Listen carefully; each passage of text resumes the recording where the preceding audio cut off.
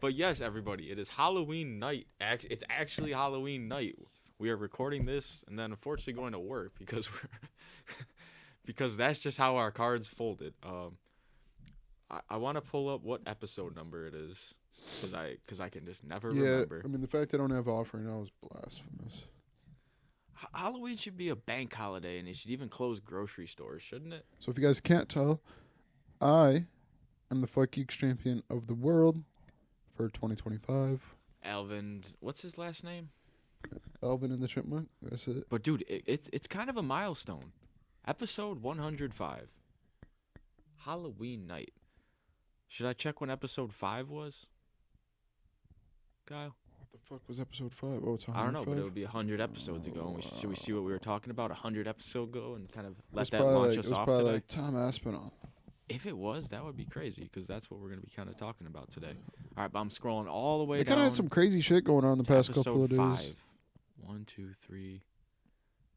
Oh, my God. Oh, my God. Wow.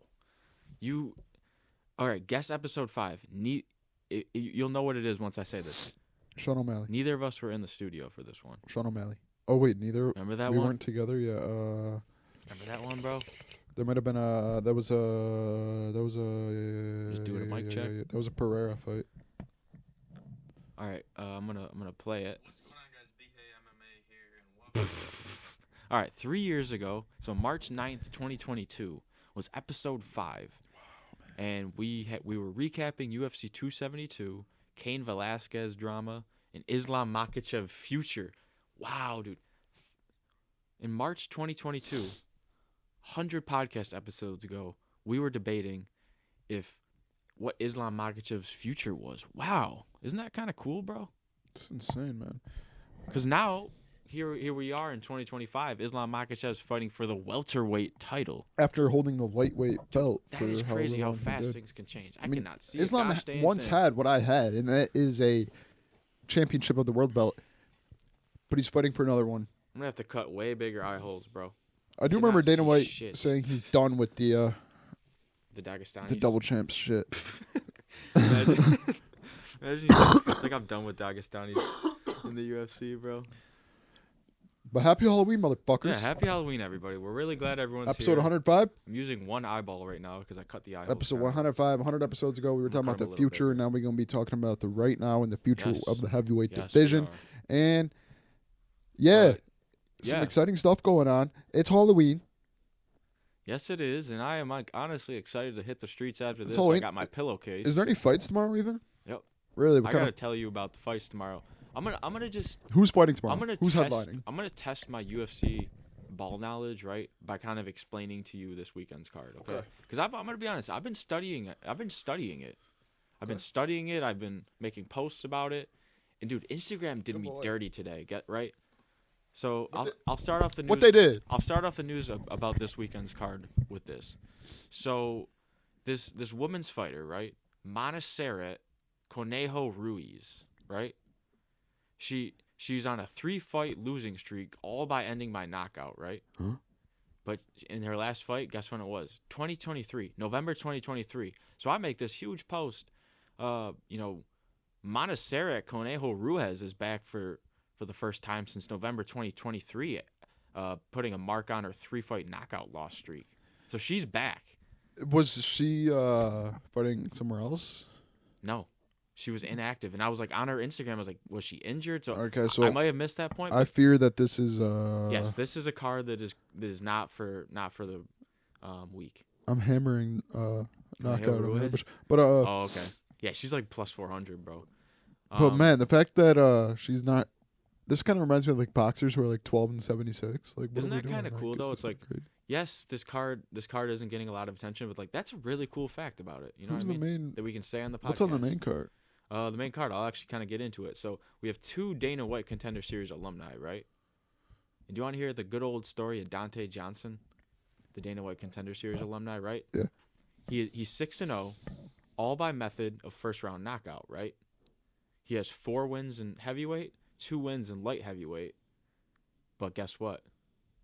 This weekend he's fighting at middleweight because he's only 5 feet 8 inches tall. He weighed in at 209 pounds against his last Dana White Contender Series fight in heavyweight. But do you want to know what he kind of said? He's like, "Nah, this is Aspinall divisions. I'm too short." So he dipped down to middleweight. He even said that he would be willing to go to 170. Who does this guy look like? Dante Johnson. I'll pull him up for you. But isn't that kind of crazy? I don't know. I'm sus. Fighters like this never pan out well. Yeah, like Jared Cannonier. Oh.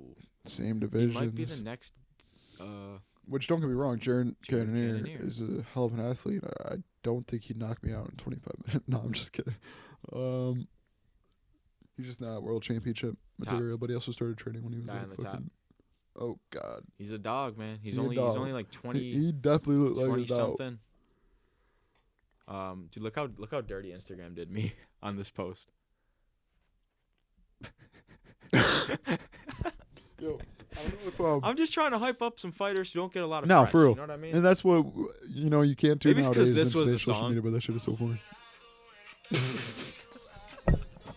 Dude brought it back to 2016. I kind of fuck with it. Yo, do you know I just realized that on the Gravity Falls poster, them's was toes, bro. What'd you think they were? Get that shit out my house.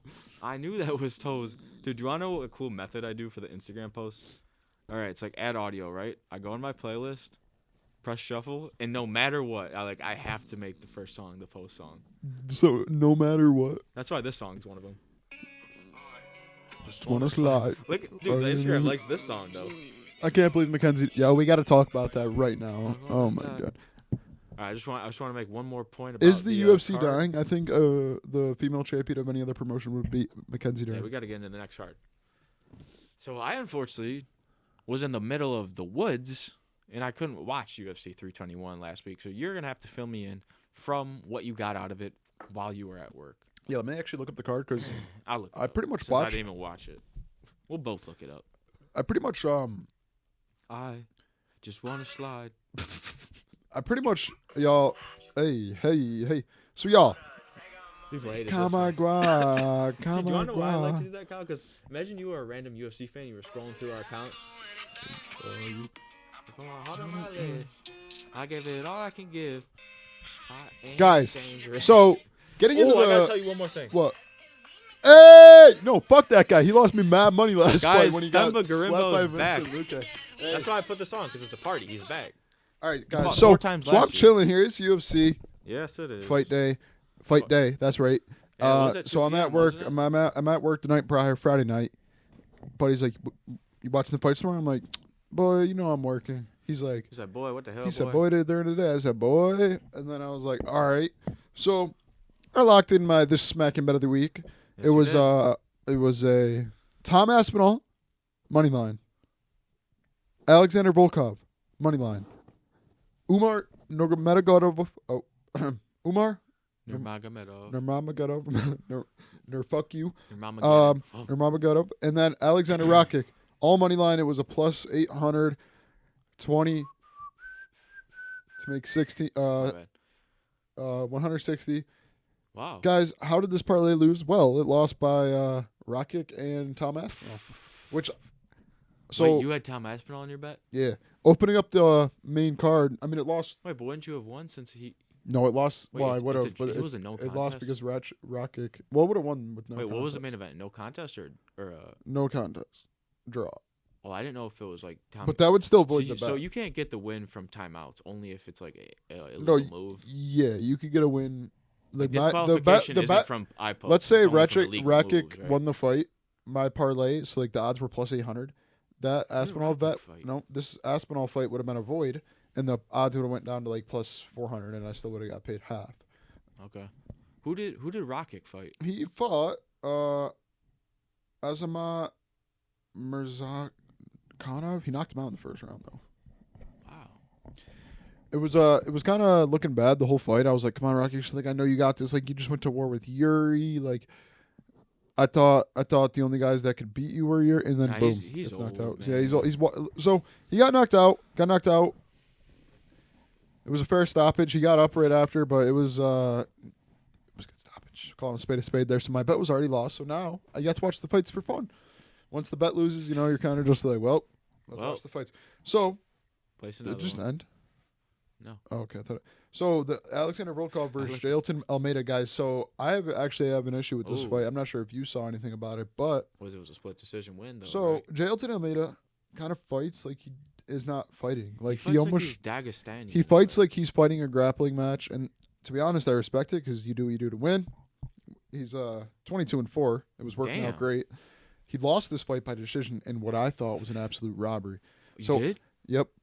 I thought what I saw in this fight wasn't domination by either fighter. I saw Volkov not defending any takedown, and then I saw Almeida laying on Volkov. He literally laid on him for 15 straight minutes. The ref stood him up multiple times. As soon as he stood him up, he took him right back down.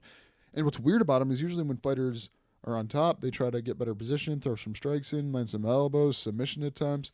He didn't do anything with while being on top position. He would just literally lay there until the ref stood them up.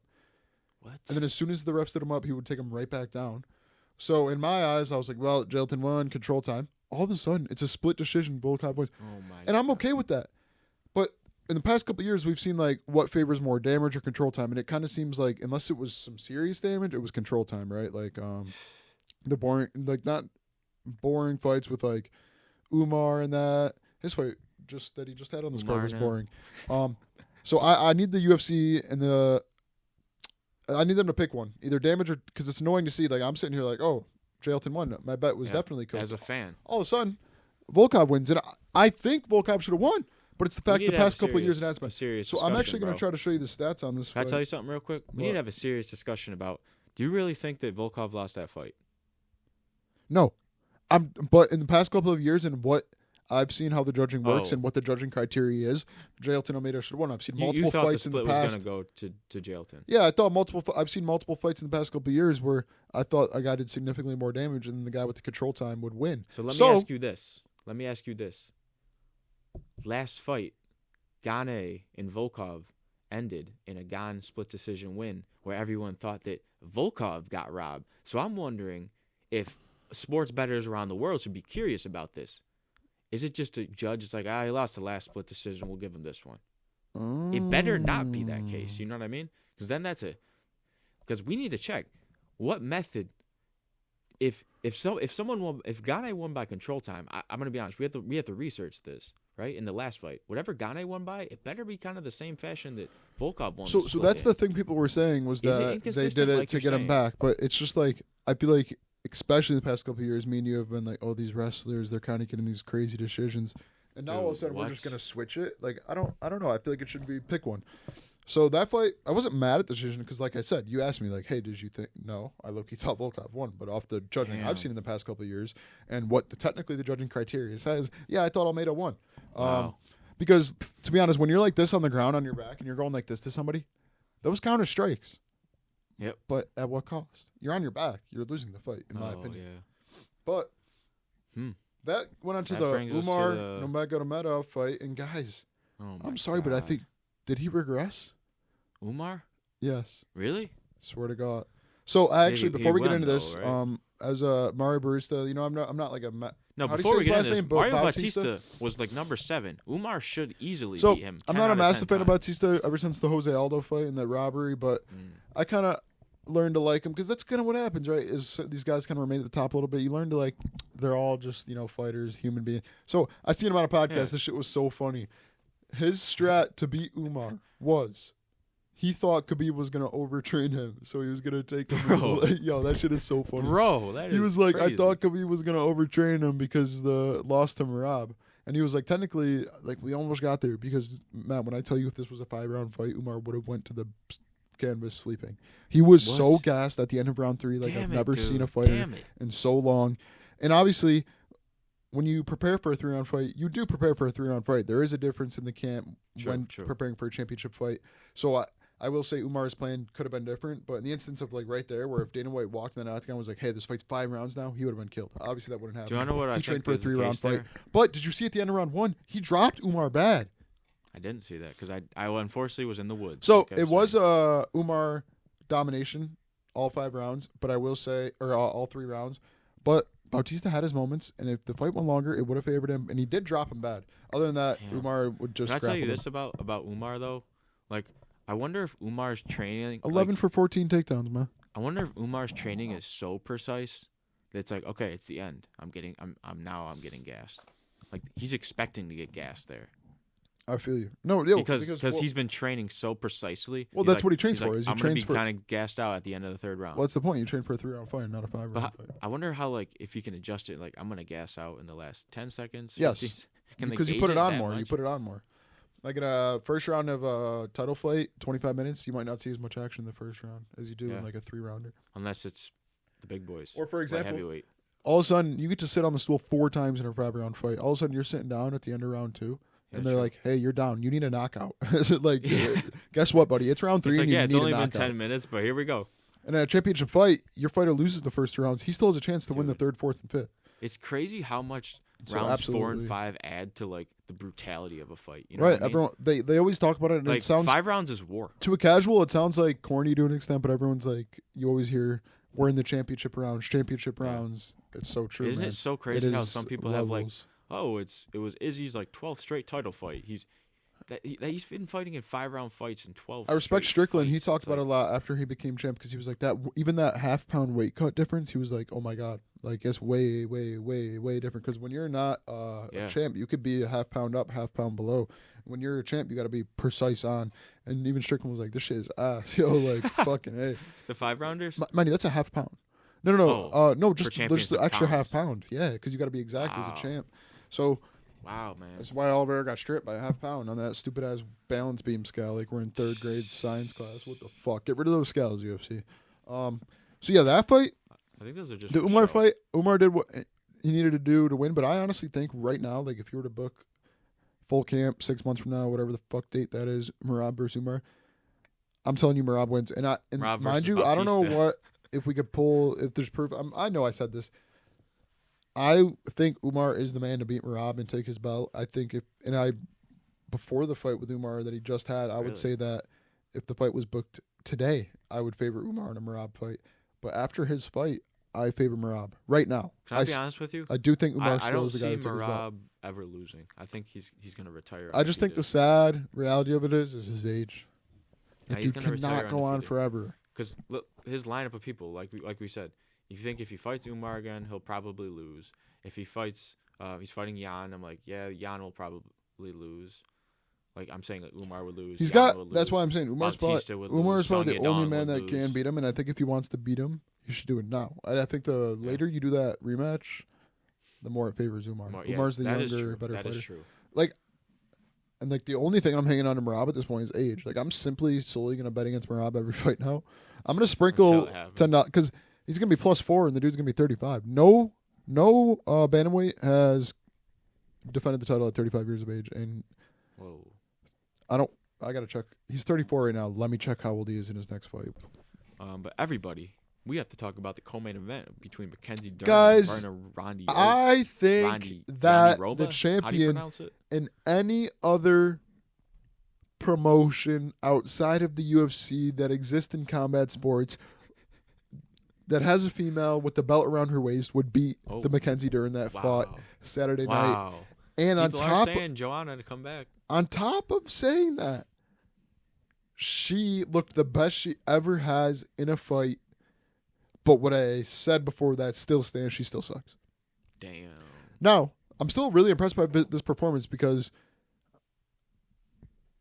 I did not expect Mackenzie Dern to be able to go 5 rounds, and I didn't expect her to be in the 4th and 5th, being the one winning the rounds, applying the it looked like she was like still chilling in the 4th and the 5th, and it looked like that other chick was championship rounds done.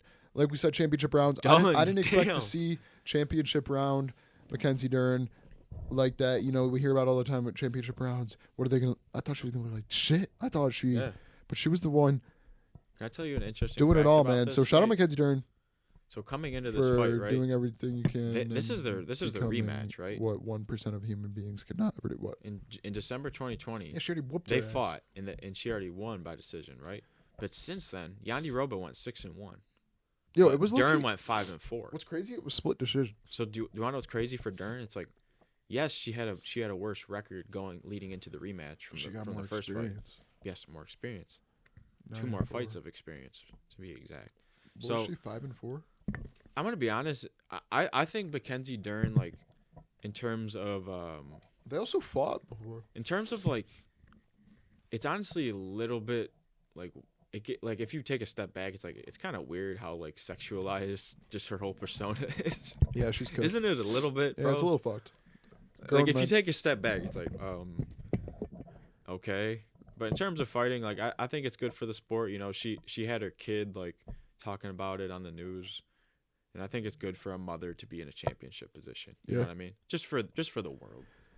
But yeah, I mean, it is a little weird how they like, you know, the camera angles on like stuff on the official UFC account. I was definitely they know what they're doing, which I don't know. That is that's the part I was a little harsh on her as a fighter. She's a great champion. Great mother. Yeah, I mean, we'll see. You know, great UFC fighter, great champion, and she will be for the sport. I don't think it's like she didn't deserve. She had it and she won. No, I was just being disrespectful because she's not. I don't think, in my opinion, a championship fighter. But no, yeah, I mean, great human being. Say that about and I do think it is unfortunate. A lot of Jamal Hill just caught it straight. And it is what it is. Like a lot of the above average females in the UFC. Like if you're just even a slightly above average, like you apparently, like is that the one that does all the crazy shit? Pena's washed up. Oh yeah, it's some crazy shit. But yeah, shout out Mackenzie Dern, man. But I am excited. Like, and do you want to know what Mackenzie Dern winning does? It's perfect. It's like, okay, like at least we're gonna have a champ while Weili is moving up. You know what I mean? Yeah. Like it's nice that they got that going before the next fight. So we have that champion. Weili's gonna fight, and she might, be another champion. Dude, imagine if Weili beats Shevchenko. She's like, I'm coming back, Dern, and then ends her career. Storybook Zhang Weili, bro. What do you think? $500,000 in the bank. I think. That'd be a cool ending. I do think Weili beats Shevchenko. I feel like it's coming up. You might have off that night. I feel like ever since Shevchenko struggled against Talia Santos, who got cut from the UFC. And I think she's in the PFL still. I think she's in the PFL still, but they'd be doing seasons shit. Like, you're a combat sports show. How are you doing seasons? This isn't Survivor. This isn't Big Brother. This isn't Love Island. Figure it out. This isn't Breaking Bad. Let's just put on a card every couple of months. You don't need seasons. Geeks podcast. I feel like I feel like the UFC would be able to pull some dumb shit like that off. And your PFL is not the one to be able to do it. Stop doing seasons. You're holding your fighters back. Let them fight. So, ever since Valentina struggled with Talia Santos, she's looked great in her last couple of fights, but she hasn't looked like. And the draw with. Have you seen the draw with Grasso? What the hell was that? Watch this in her build up to this fight, and they're hyping up her fight before she walks out. The highlight reel. It's not going to be anything from the past 3 years. Okay, it's going to be her knockouts from when she was actually in her prime and a great fighter. But Weili, on the it's tough that Weili is kind of washed too, bro. Like she just be taking people down for 25 minutes. All right, but so her heyday though. As well, so her compilation is probably gonna be like her knocking out Joanna. Dude, that card was my first introduction to Zhang Weili. Her getting because Loki, her saying I'm the best was Loki so tough. That was the first time I ever saw Zhang Weili. Yeah, but we got to get into the main event, which honestly immediately pissed me off because. Same. So I'm watching, and I don't have money on this at this point, so I'm just watching two massive, the greatest heavyweights, because I feel like. Because we all know what happened, a first minute into the fight, and I thought the fight was a lot closer than what the internet saying. But we were obviously in for a very good heavyweight fight, and I kind of agree with what also the internet is saying, that people kind of forgot what Strogan was, right? He obviously had the unfortunate fight against John Jones, where he got submitted instantly, the unfortunate fight with Volkov, but people forgot, man, he's an absolute beast, and it honestly looked like this fight, he prepped for... Like, if he was fighting Volkov again, if he did fight John Jones again, it would have been a better fight. And it's unfortunate it was Aspinall running in to the now, actual, ready. Because he looked more sad about this eye poke Gane did than he did when he got submitted by John Jones. Really? He looked like, oh, my God, I just ruined my chance of becoming champ. After he got submitted, it looked like he was like, or I don't even care. Is the immediate rematch coming? What do you think? I think so. I think you have to book it. So the fight. Honestly, if he's fine, book it the first card. So here's what I'm watching the fight. It's a close first round. I do think Gane was winning the first round more so just on pressure and strikes. Drew some blood, right? Drew some blood and damage. Strikes landed. Blood doesn't. But mean honestly, a lot. if you ask me, who was in more danger, in my actual opinion, straight up watching that fight, to me, Gane was in more danger in the terms of oh my God, this is a heavyweight fight. Who's about to get knocked out? I was. Because there were some good spinning shots Aspinall landed to the body. huge. And guys, these are heavyweight shots going to the body. This could do anything to you at any moment. Learning. He's like, okay, Aspinall had some nasty quick 1-2s that I could tell Gane felt. And then there was a huge roundhouse kick that kind of broke the guard of Gane a little bit. He didn't stumble at all, but you could tell it broke the guard. And these were big shots. So Gane was landing more and a little harder, but a little more and a little more consistently. But I feel like Aspinall was landing the harder shots. And if we got into round 2, 3, 4, 5, we could have been in for a treat. What was going to be a crazy heavyweight fight. When the initial eye poke happened, I was like, damn, it was nasty, but we're not going to end the fight. There's 10 seconds left in the round, whatever. So, and then all of a sudden, a minute into it, Aspinall goes, I can't see. And I'm like, that's not good. No fighter ever says that. Can't see. It's corny. Everyone's saying it, but nobody says that. Like, usually you got guys, there's 30 seconds left in the fight. They can't see shit. The ref's like, how many fingers you got? They're like, 4. And they're wrong, and they still let them go. Guys, every fighter wants to go out on their shield, especially when it's later in the fight. But Aspinall immediately is like, I can't see, so I'm concerned. The ref immediately goes up to him. He's like, don't say that. I don't want them to give him an opinion. Let me take the doctor, take a look real quick. Doctor comes in. He's like, Aspinall's like, I can't fucking see you. He's like trying to stop the fight. That's what it felt like. Takes the rag off. Doctor's looking. He goes to the ref. I don't see an issue with the globe or the cornea. Then walks away. He's like, all right, just stay with him. I don't want you to give him any ideas. Just stay away from Tom. Give him time alone. Ref goes back up to Tom. Tom, I want to give you as much time as you need. You still got 3 minutes. Doctor said it looks okay. Just let me know. He's like, I can't fucking see. I can't see. This dirty bastard. I can't see. And then he's like, Tom, stop saying that. I'm going to give you some time alone. So he gives him time. Ref? Yeah. So he's like, time alone. So he's just sitting there. No, he's just sitting there in the corner. Another minute goes by. Ref's like, you good? He's like, I can't see. I can't see. He's like, you got to stop saying that. Doc's like, can you take another look? Doc takes another look. Doc's like, it looks good. Like, there's nothing wrong with the globe. The cornea looks fine. Implying that, like, not that he's lying about not being able to see, but, like, he's good to fight, okay? Tom's like, I can't see. I can't see. Ref's like, all right, Tom, you got 1 minute left. But, like, what are we doing? He's like, I can't see. And then ref's like, that's going to be it. Bro. So, I immediately texted you and said, Tom wanted out, texted some guys from work. I was going off. And then I hit, I see guys like Guru. Then I have a guy at work that's... work plug. He's not like Guru, but he has the same views as Guru. Work UFC plug. Yeah, so he's telling me, nah, man, I would do the same thing if I'm Aspinall. And immediately I'm like, no, something doesn't sit right with me. Like, I seen Anthony Smith, the most delusional fighter in the world, get smashed in round 4 by John Jones in an illegal knee. Bro. Could have gotten the belt, Aljo style. Getting dominated for 4 rounds, took an illegal knee. Could have got the belt, Aljo style. Instead... He went on, got up, and still got knocked out. But respect to Anthony Smith, bro. So, yeah, I say a lot of stuff about Anthony Smith, but the one thing he didn't do is take the easy way out of his fight. And clip this. So I'm immediately thinking, man, I'm like, I don't know. It doesn't say right with me. So a couple days go by. I'm still texting you. I'm texting. I'm like, I don't know, man. Aspinall was losing. You wanted out. Day goes by. I watched the fight back a little bit. Okay, the fight was closer than I thought. Now, let me think of why Aspinall might have quit. Aspinall just finished 6 guys in the first round. I think he had like a record. I think he still probably has this record. Shortest time in the octagon. He probably still has that record, even though he went 4 minutes in this fight.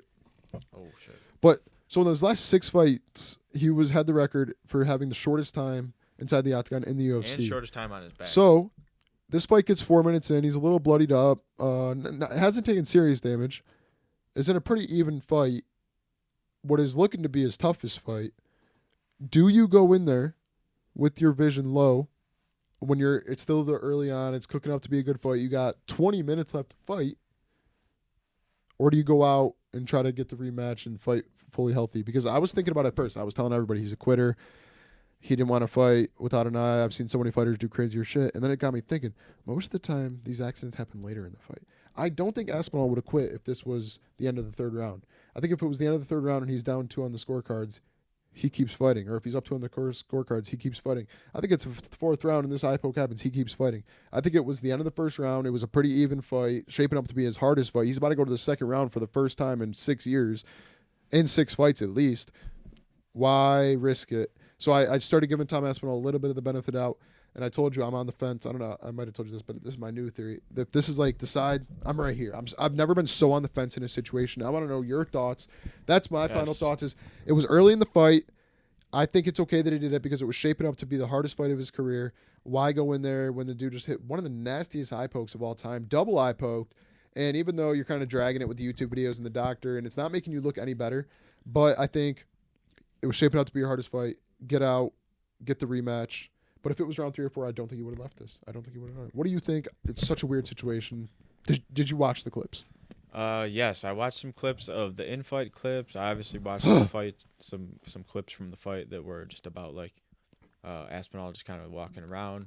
And I even asked you last night, like, so he took the full 5-minute timeout. Yep. Which is crazy. I mean, at this point, it's like we have to believe him, but at the same time, like everybody that's talking about it, besides the fighters commenting on it, would never be in that position. You know what I mean? Like I'll never be in the position where my eyes poked in the first round of a UFC heavyweight fight. So I don't want to say shit about if you can't see, he can't see. That's why it's his choice. You know what I mean? Yo, can you believe Aljamain Sterling is not on Aspinall's side? Nah, I do you see why that's funny? That's even bantamweights. It's like coulda, shoulda, woulda, bro. No, but even every fighter who's not a heavyweight commenting on that. Do you remember how he got his belt? Yeah. And he said Aspinall was wrong for not fighting. Are you? He's a featherweight now, bro. He's a featherweight now. Was Aljamain rage baiting before like but really listen, existed? Bro. Aspinall, like I was saying, it's his choice, right? Right. At the end of the day, I think at the end of the day, he is a cursed heavyweight.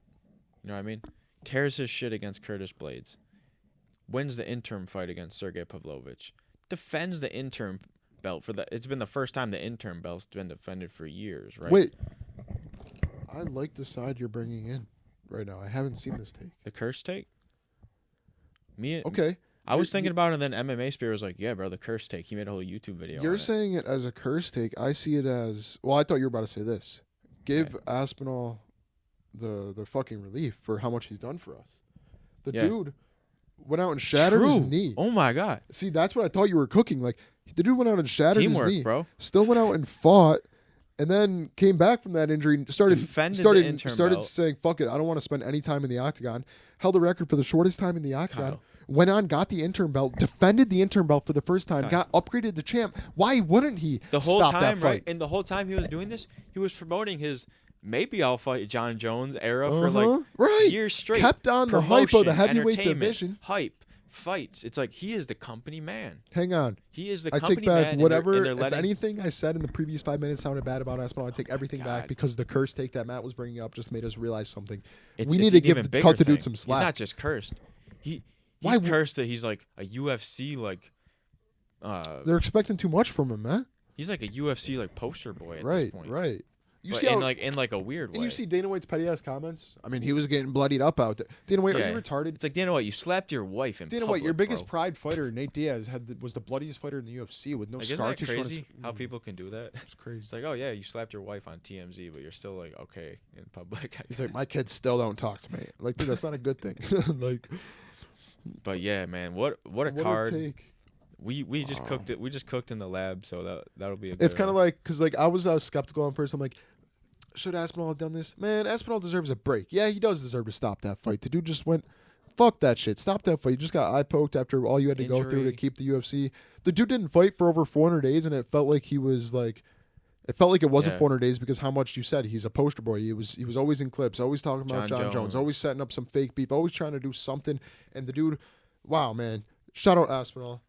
Like that, that's crazy. Yo, wow, man. I have him destroying Gane now in his next fight. He's mad now. The fans turned against him so fast, man. It's like all of a sudden he was the most beloved heavyweight. Now Dana White shattered a little bit of hate on him, and now the whole community's like, fuck it. Fuck you guys. Half these fighters are just mad. Just drama. Half these fighters are just mad they're not in Aspinall's position. You know what I mean? That's what I was saying. Like, and they never will be. Like Dustin Poirier's like, I would have fought. Dude, you had 3 title shots and lost every single one of them. Shut up. No. I'm sick.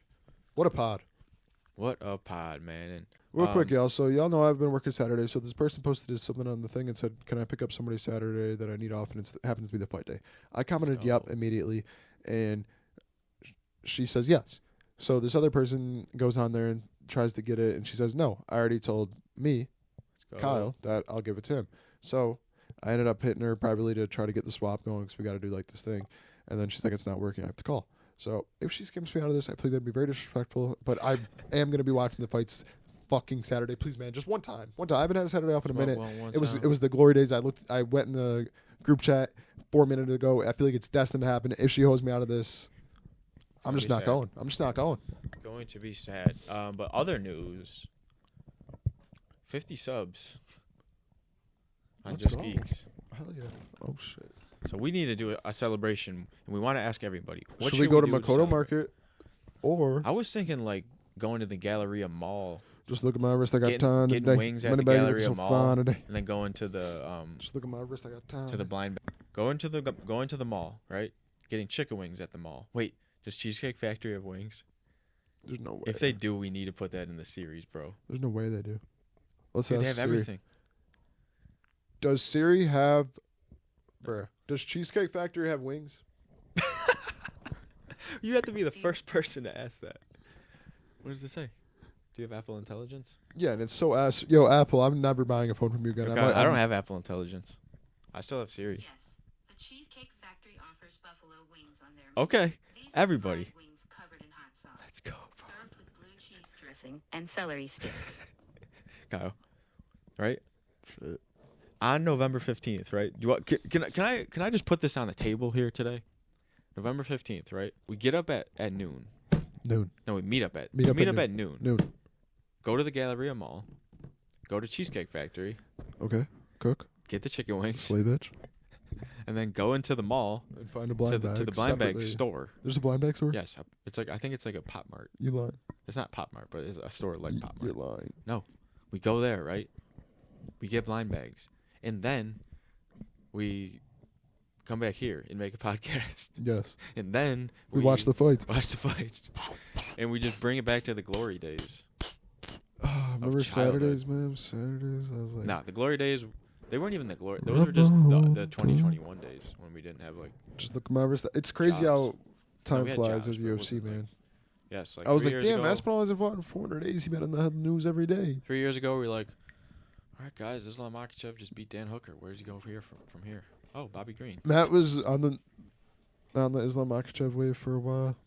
Yeah, he was like, And now he just doesn't even have a belt. I think it's because natural selection, bro. I'm I really mean, about to like- get off work for a Saturday just for have Islam Makhachev, Darstroke, fucking JDM inside too. But yes, everybody, it's Halloween night. Be safe tonight. It's Halloween night. Comment your favorite Halloween candy. And yeah, Drink. we drive. are just podcasting as much as we can, and that's okay. Any closing words, bro? No, man. We are getting ready for winter. That's all I know. Close the legs. Ooh, let's get freaky. I kinda like this. I kinda miss holding it. Freaky, know what I mean? Friday. Freaky. But everybody, we will see you in episode 106. Stay safe, y'all. Don't knock on my window if the lights are off. You ain't getting candy. You know what I'm saying? Yeah. No candy for anybody. Make sure you check the Besides- candy because it's a fucked up world we live in. Yeah, you might find Razor Rose blade. Namajunas versus Bro, Carlos I'm sorry, Esparza but those 2 in memes your are so candy. funny where it's like, Dude, so I posted that a year ago and someone reposted it it'd be so this funny year. when there's like a Glock 19 in like the Reese's wrapper. But No, God, do you want to know what I did? I did Rose versus Namajunas 2 inside the Snickers bar no way. a year ago. Yeah. And somebody reposted it. But we appreciate everyone. We'll see you in 106.